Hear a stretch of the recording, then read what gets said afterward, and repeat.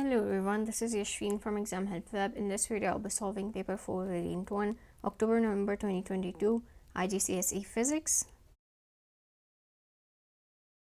Question 1. Two blocks A and B are joined by a thin thread that passes over a frictionless pulley. Block A is at rest on a rough horizontal surface and block B is held at rest just below the pulley. Alright, over here, a rough horizontal surface would mean that there is friction between block A and the surface. Block B is released and it falls vertically. The thread remains loose until block B has fallen a distance of 0.45 meters. The mass of block B is 0.5 kg. A, calculate the change in gravitational potential energy of block B as it falls through 0.45 meters. So that would be mass into gravity into change in height, which is equal to half multiplied by 10 multiplied by 0.45, and this is equal to 2.25 joules, or rather correct it to two significant figures as 2.3 joules.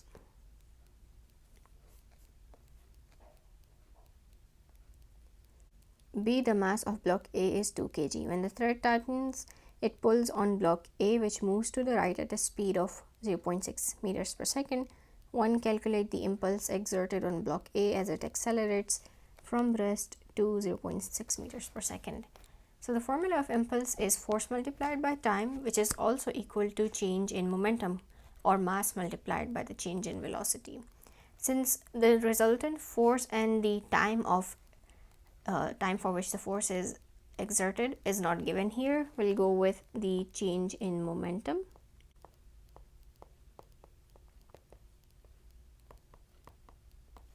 Mass of block A is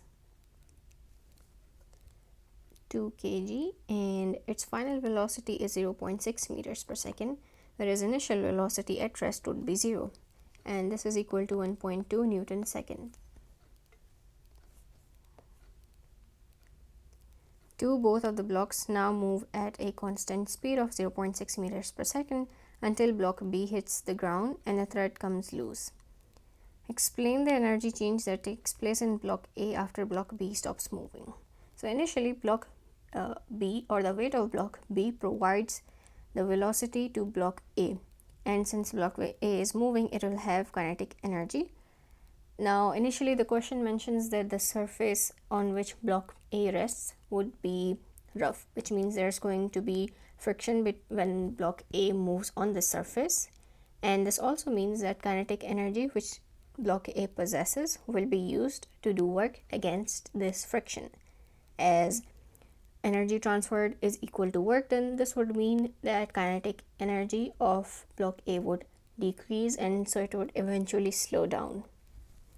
And this will be converted into thermal energy as work is done and heat would be released.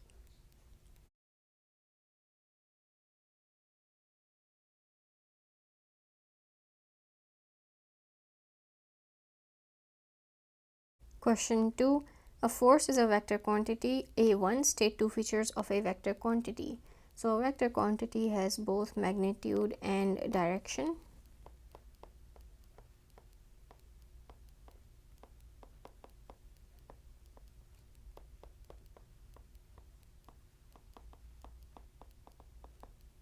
Part 2, state the names of two other quantities that are vectors. Those could be velocity, acceleration, momentum, etc.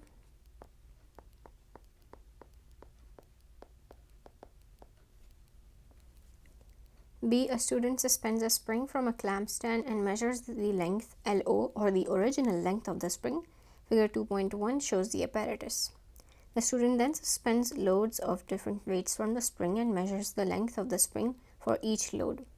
He then plots a graph of the length of the spring against the weight. Figure 2.2 is the graph that the student plots. Here you've got this graph. In this question, we'll be using Hooke's law, which states that the extension of a spring is directly proportional to the applied load up until the limit of proportionality. and that would be the point beyond which Hooke's law would not be obeyed.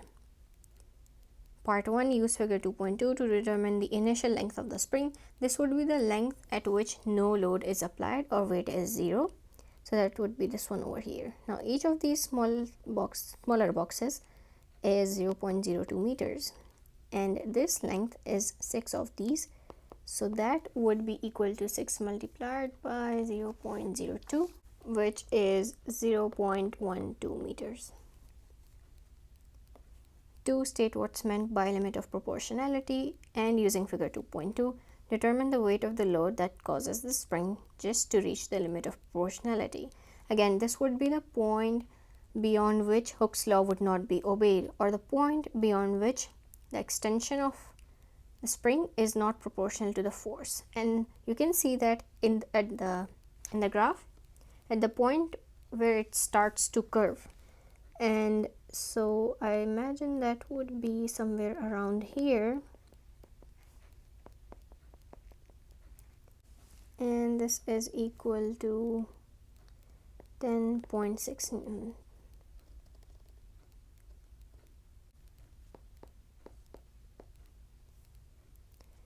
Three, using figure 2.2, determine the spring constant of this spring.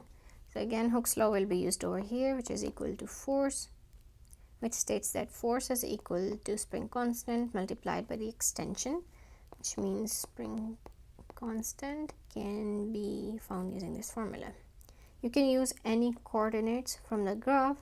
I would be using, let's say, this one over here, which is 8 newtons on the x-axis, and this is 0.46 meters on the y-axis. Now remember, this is the new length, whereas we want to find the extension, and so extension would be equal to new length minus the original length, which is equal to 0.46 minus 0.12, and that's 0.34. So now we've got both force and extension. That would be 8 newtons divided by 0.34 meters, and this comes out to 24 Newton per meter. Question 3. A rock climber of total mass 62 kg holds herself in horizontal equilibrium against a vertical cliff. She pulls on a rope that's fixed at the top of the cliff and presses her feet against the cliff. Figure 3.1 shows her position. A, calculate the total weight of the climber. So weight is equal to mass multiplied by gravity, which is 62 multiplied by 10, and that's 620 newtons. B, state two conditions needed for equilibrium. For an object to be in equilibrium, there has to be no resultant force and no resultant moment, which essentially means that the sum of upward forces should be equal to the sum of downward forces that act on an object. Similarly, sum of clockwise moments should be equal to the sum of anti-clockwise moment.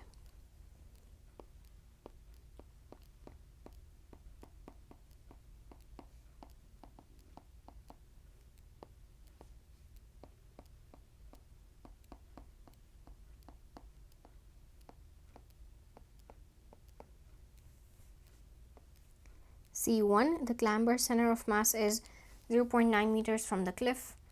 1, calculate the moment about her feet due to her weight.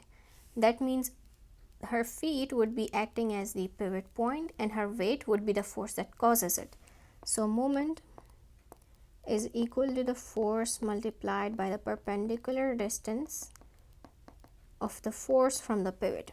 The force again would be her weight, which is 620 newtons, and the distance from the pivot.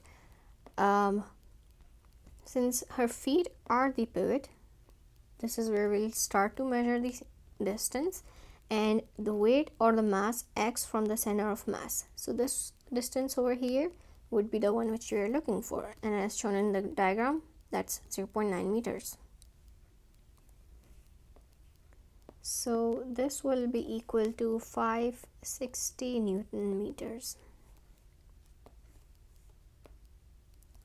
2, the line of rope meets the horizontal line through her center of mass at a distance of 1.2 meter from the cliff, as shown in figure 3.1.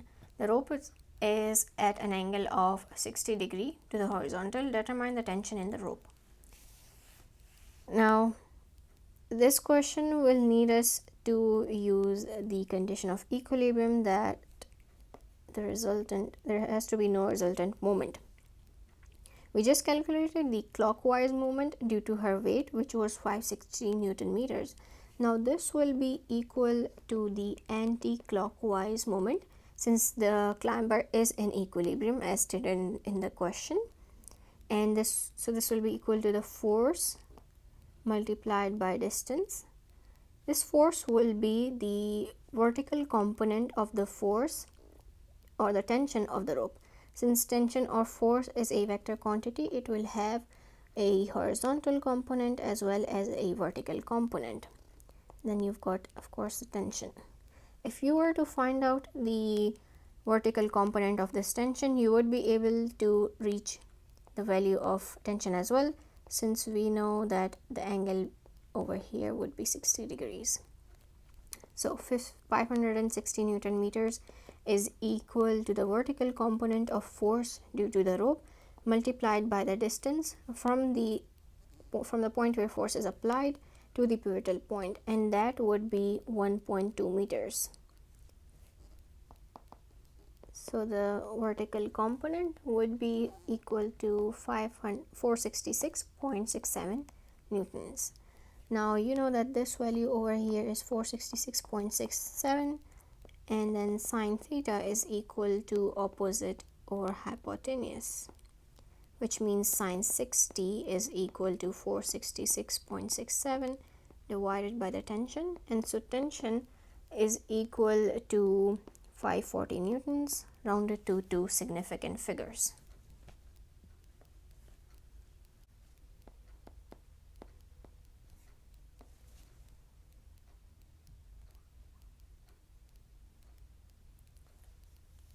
Question 4. A quantity of a gas is trapped by a piston in a cylinder with thin metal walls. The piston is free to move without friction within the cylinder. Figure 4.1 shows the cylinder and the piston. The cylinder is placed inside a freezer. The air in the freezer is at atmospheric pressure, which is 1 times 10 to the power of 5 pascals. The area of the piston in contact with the air in the freezer is 2.4 times 10 to the power of negative 3 meters squared, which is this area over here. 1. Calculate the force exerted on the piston by the air in the freezer. So with the given information, we would need the formula of pressure is equal to force divided by area, which means force is equal to 1 times 10 to the power of 5 multiplied by 2.4 times 10 to the power of negative 3, and that is equal to 240 newtons. 2. When the cylinder is first placed into the freezer, the temperature of gas in the cylinder decreases and air pushes the piston into the cylinder. Calculate the work done on the piston by the air in the freezer as the air pushes the piston a distance of 0.021 meter into the cylinder. So the air is applying force on the piston, and by applying that force, the piston will be moved this distance. So work done is equal to force multiplied by the distance moved in the direction of applied force. The force applied by the air is 240 newtons, and the distance moved because of this force is 0.021 meters, and this is equal to 5 joules. B. The initial temperature of the cylinder and the gas is 21 degrees Celsius, and in the freezer the temperature of the cylinder decreases to negative 18 degrees Celsius. The thermal capacity of the cylinder is 89 joules per degree Celsius. Calculate the change in internal energy of the cylinder. So thermal capacity would be equal to the thermal energy or internal energy divided by change in temperature, which means change in internal energy is equal to thermal capacity multiplied by change in temperature. Change in temperature is equal to final temperature minus initial temperature, which would be negative 18 minus 21 degrees Celsius, which would be negative 39. The negative sign just shows that this is a drop in temperature. You don't need to use the sign. So change in internal energy would be equal to 89 multiplied by 39, and this is 3.5 times 10 to the power of 3 joules, corrected to two significant figures. C. When the temperature reaches negative 18 degrees Celsius, the pressure of the gas in the cylinder is still equal to that of the atmosphere. Explain in terms of particles of the gas how the pressure remains equal to its original value. So pressure of a gas you'd need to know is always due to the collisions of the gas particles with the walls of the container. Now when you decrease the temperature, the speed of the particles of the gas particles inside of the container would decrease, and so this should decrease the pressure since they would collide with less force. However, the volume of the gas also decreases, and this in turn will increase the pressure since there will be more particles per unit volume in the container of the gas, and so the two effects will cancel out each other, so there would be no net decrease, no net change in pressure for that matter. Temperature of a gas is proportional to its speed or kinetic energy. So if the temperature decreases, that means the kinetic energy and therefore the velocity or the speed of the gas particles would also decrease. So I'd mention it again that pressure of a gas is due to its the collisions of the particles of gas with walls of container. D. As the temperature of the metal cylinder decreases, the volume of metal decreases. The decrease in the volume of metal is much less than the decrease in the volume of gas. Explain in terms of particles of metal why the decrease in the volume of metal is less than that of the gas. Decrease in volume, also known as compression, occurs when particles move closer to each other, and this is driven by attractive forces between the particles. So for compression to be large, that means there has to be enough space between particles to begin with. And so in gases, you already have a lot of spaces, which means that when they compress, the decrease in volume would be quite significant.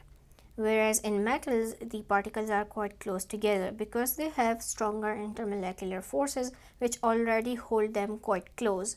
So there's not much space for the particles to get closer together because of these forces. Whereas in gases, the intermolecular forces are quite weak, which is why they are far apart from each other. And you'll need to write this answer in terms of particles, which is why mentioning the forces is important.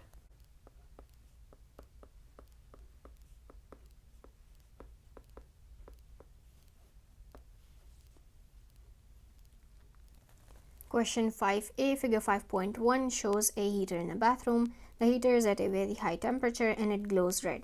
The manufacturer states that the heater emits light and radiation and it transfers thermal energy by radiation. A. State the part of the electromagnetic spectrum that transfers thermal energy. That would be infrared radiation.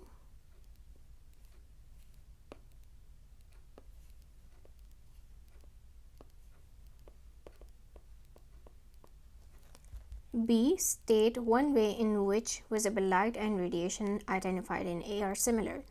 So, like all parts of the electromagnetic spectrum, infrared and visible light travel at the same speed.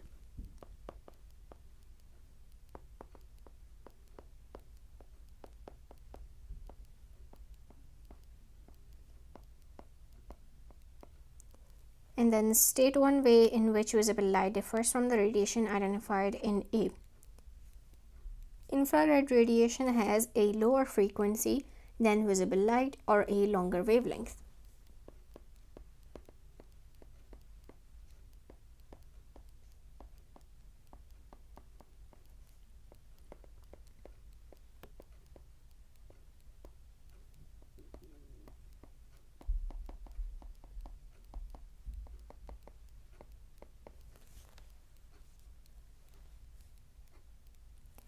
C. Some surfaces are better at emitting radiation than others.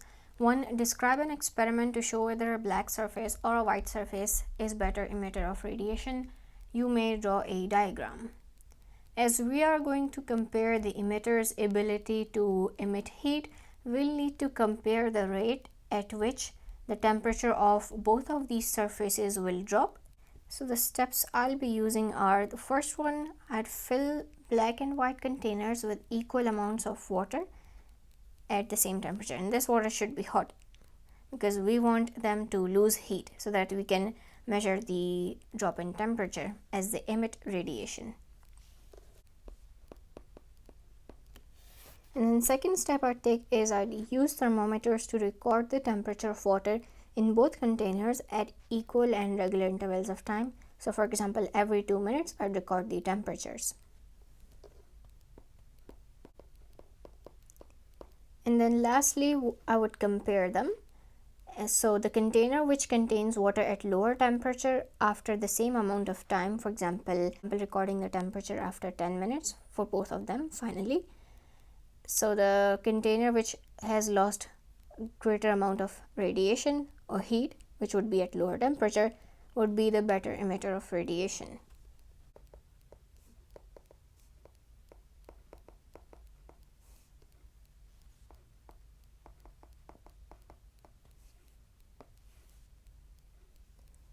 Part 2. To ensure that the conclusion reached in the experiment in C Part 1 is correct, several details of the experiment must be identical when testing the two different surfaces. State two quantities in the experiment that you describe that must be identical during the test. So those could be, for example, the amount or the volume of water in each container as well as the initial temperature.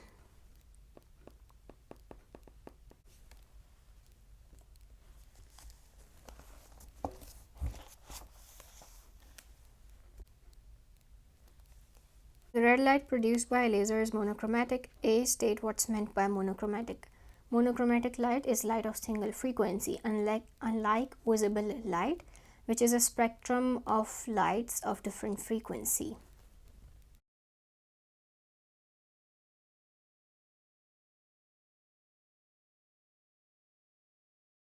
The red light from laser hits the curved surface of a semicircular transparent plastic block at P and passes into the plastic.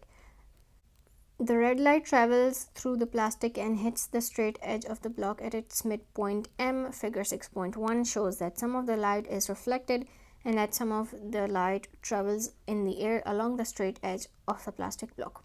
Now this diagram over here tells us something important. As you can see, this is the incident ray and this is the refracted ray, and the angle of refraction between the normal and the refracted ray is 90 degrees. This tells us that the angle of incidence is critical angle, where critical angle is the angle of incidence in the denser medium, which in this case is the plastic block. So critical angle is the angle of incidence in the denser medium, for which the angle of refraction in the rarer medium, which is the air, it should be 90 degrees. And so we know now that critical angle for this plastic box is 37 degrees. The speed of light in the air is 3 times 10 to the power of 8 meters per second. 1. Explain why the red light does not change direction as it enters the plastic block over here. And that's because angle of incidence is 0, which means angle of refraction would also be 0. Since light would change direction by refraction, as angle of refraction is 0, that would not happen.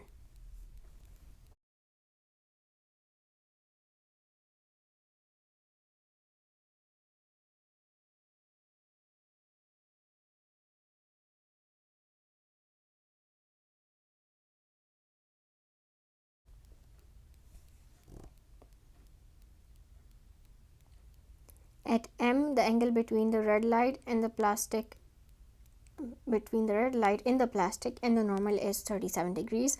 Calculate the speed of red light in the plastic. With the information that we are given, refractive index is equal to speed of light in vacuum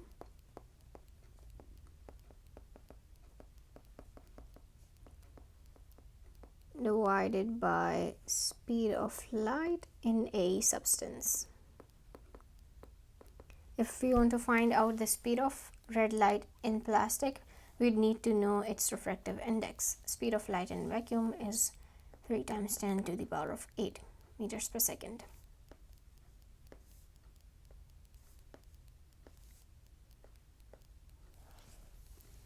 And so with the information we are given, we can use the formula refractive index is equal to 1 divided by sine C, or sine of the critical angle. And this is equal to 1 divided by sine 37, as we already mentioned earlier. This would be equal to 1.66, 1 and 6. So now we can find out the speed of light in red plastic, which would be equal to speed of light in vacuum divided by refractive index of the plastic. This is equal to 1.8 times 10 to the power of 8 meters per second.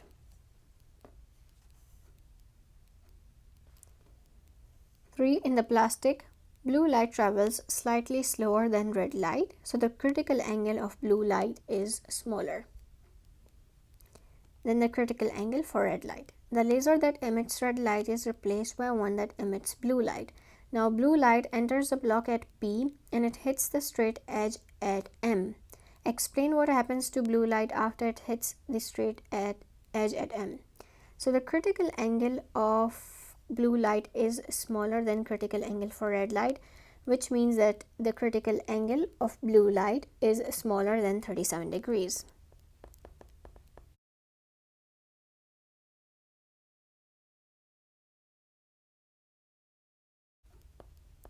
Whenever the angle of incidence is greater than critical angle, then total internal reflection would occur, which means all of the incident rays would be reflected and none of them would be refracted. And that's what happens over here. Since angle of incidence is greater than critical angle,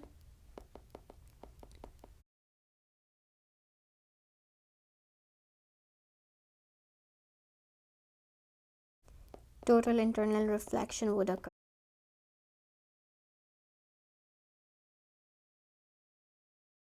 Question 7. The electric starter motor in a car is switched on and off using a relay. The relay consists of a plastic case and two flexible springy strips X and Y, which are made of soft iron. These iron strips act as switch when a circuit is connected between the terminals W and Z.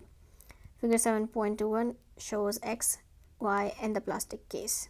So because X and Y are iron strips, that means they can be easily magnetized.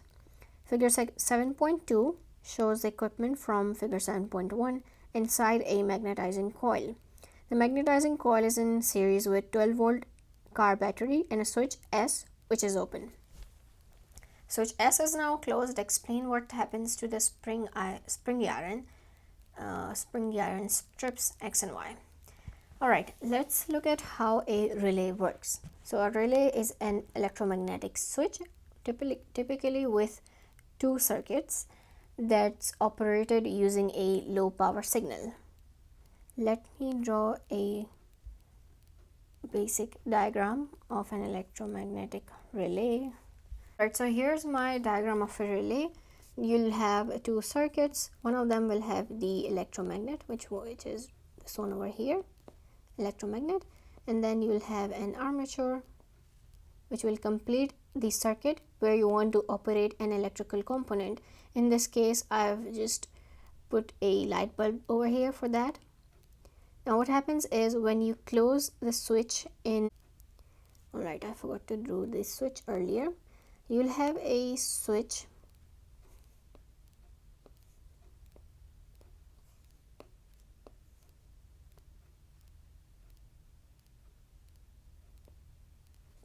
when you close the switch over here in the lower circuit, the circuit will be complete, and so this will magnetize the electromagnet over here, this one, which will close the upper circuit by closing this contact, and that will light up your electrical component like this lamp over here. And that's how a relay circuit will work.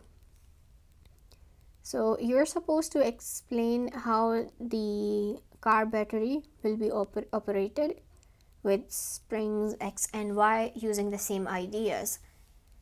When switch at S closes, so here we've got this switch, this will allow current to flow through the coil, which will be magnetized. This coil over here. Here Z and W will act as armature and they'll be attracted to each other since they'll be magnetized. When they come into contact, the circuit will complete, the circuit which will connect the electrical component, which is the battery of the car, to the rest of the circuit.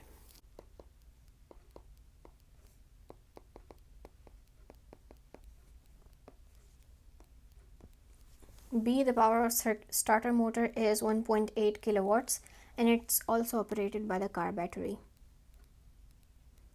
1. Calculate the current in the starter motor when it's used. So we are provided by the power as well as the voltage, which is 12 volts. Power is equal to voltage multiplied by the current, which means current should be equal to 1800 volts divided by 12 volts, and this would be 150 amperes. 2. The starter motor circuit is connected between terminals W and Z. Explain why the copper wires with a large cross-sectional area are used for the circuit. So 150 amperes is a large current for the copper wires to carry. So they'll need to be able to carry this amount of current. A large cross-sectional area will reduce resistance in the wire, and so the wires would be able to carry this large amount of current without the metal wires melting down.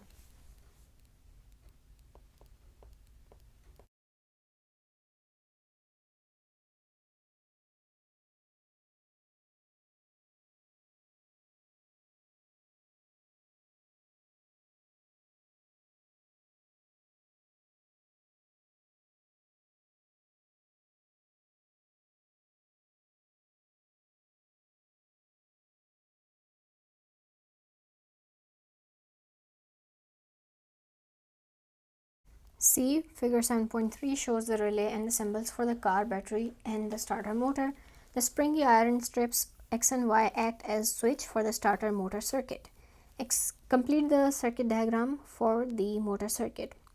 So as I drew in this diagram over here, the electrical component which you want to operate, for example this metal bulb over here, this should be connected in series to first off the power supply and then secondly to the contact point, which will come into contact due to the electromagnet. Just remember this part. And so here you will need one of the ends of the motor to be connected to the armature and the other one to be connected to the battery. So let's say we connect this end of Z. Let me use blue for the answer part. You would connect this end of Z to the motor over here, and then of course you want the motor to be connected to the power supply. Now you want to complete the circuit. So when Z comes into contact with W has to be connected to a point so that current will be able to flow and complete the circuit. So that would happen when W would be connected to this end of the battery.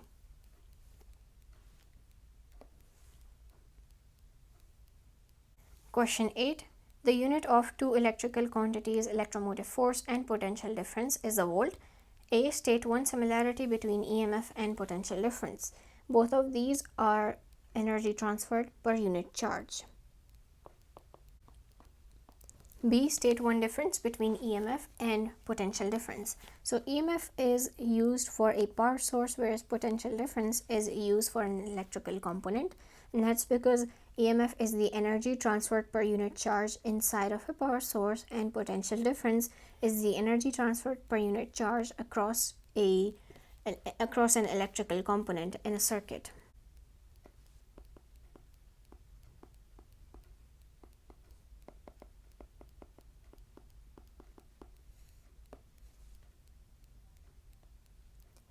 C. A battery consists of 4 cells, each of EMF 1.2 volt in series.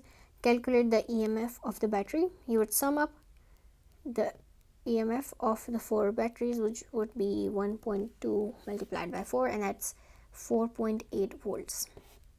2. The battery is connected in a circuit with 4 12-ohm resistors. Figure 8.1 is the circuit diagram.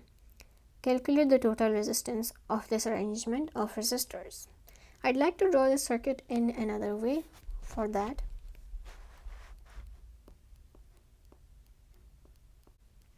So over here you've got the combined resistance of these 3 resistors, which you can see are connected. 2 of them are connected in series, and then they would be then connected with another branch, so they would be in parallel.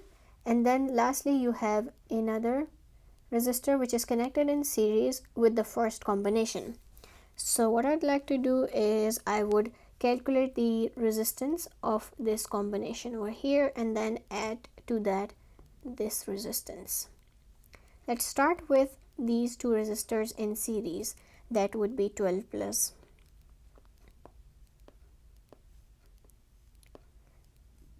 That would be 12 plus 12, which is 24. So now you know this one is 24 ohms, and then this one is 12 ohms. For resistors in parallel, for 2 resistors in parallel, you can use the formula R1 multiplied by R2 divided by R1 plus R2. So this would be 24 into 12 divided by 24 plus 12, and that's equal to 8 ohms. So this entire combination has a resistance of 8 ohms. Now this 8 ohms is in series with the 12 ohm resistor, and so you'd add them together, which would be equal to a total of 20 ohms. One way to understand circuits like this is to see the direction of current flow. So when we're looking at conventional current, which flows out from the positive end, you would see that it flows from here and then it's going to divide. Remember, in parallel circuits, the voltage would be the same across both branches, whereas current would get divided, and the magnitude would depend on the values of resistors in each of the branches. So the current would flow from the lower branch up to here, and from the upper branch also it will flow. The same amounts of current will meet at this point, and so here the current which moves out is the same as the current which moves into this junction over here, which is how we know that this last resistor is connected in a series with the combined resistance over here.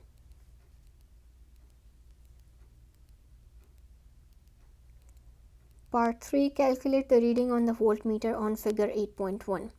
Alright, so voltage is equal to resistance multiplied by the current. V is equal to IR. We already know the resistance is 12 ohms. Now you need to find out the current through the 12 ohm resistors. Through this 12 ohm resistor, right? The one which is in series with the combined resistors. That means you need to find out the current of the entire circuit, because current in series remains the same. So let's start with that. Current would be equal to the voltage of the circuit, which is 4.8 volts as calculated earlier, divided by the total resistance, and that's equal to 0.24 ampere.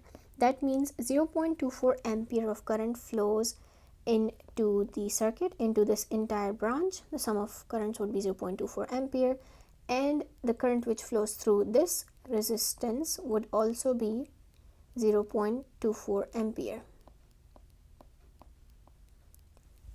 Now we can calculate the voltage, which is equal to 0.24 multiplied by 12, and that's equal to 2.88 rounded off to 2.9 volt, two significant figures.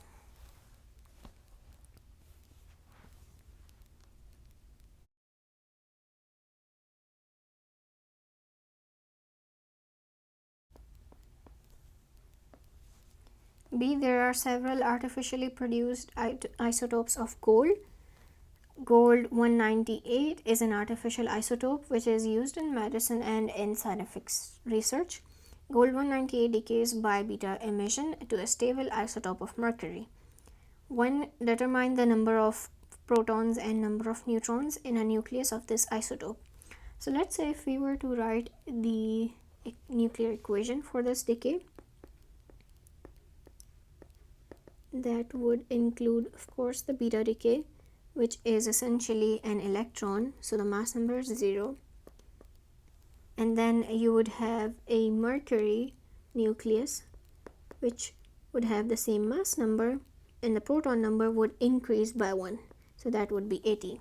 So the number of protons over here would be 80, neutrons would be 198 minus 80, which is equal to 118. You only need to write these numbers. This equation is just for explanation. Part 2. A sample of gold 198 is placed near to a radiation detector in a research laboratory. The count rate is recorded at the same time every day for 32 days. The results are used to plot the graph in figure 9.1. Using figure 9.1, determine the background count rate in the research laboratory. This is indicated by where the graph levels off, and this would be 20 counts per minute.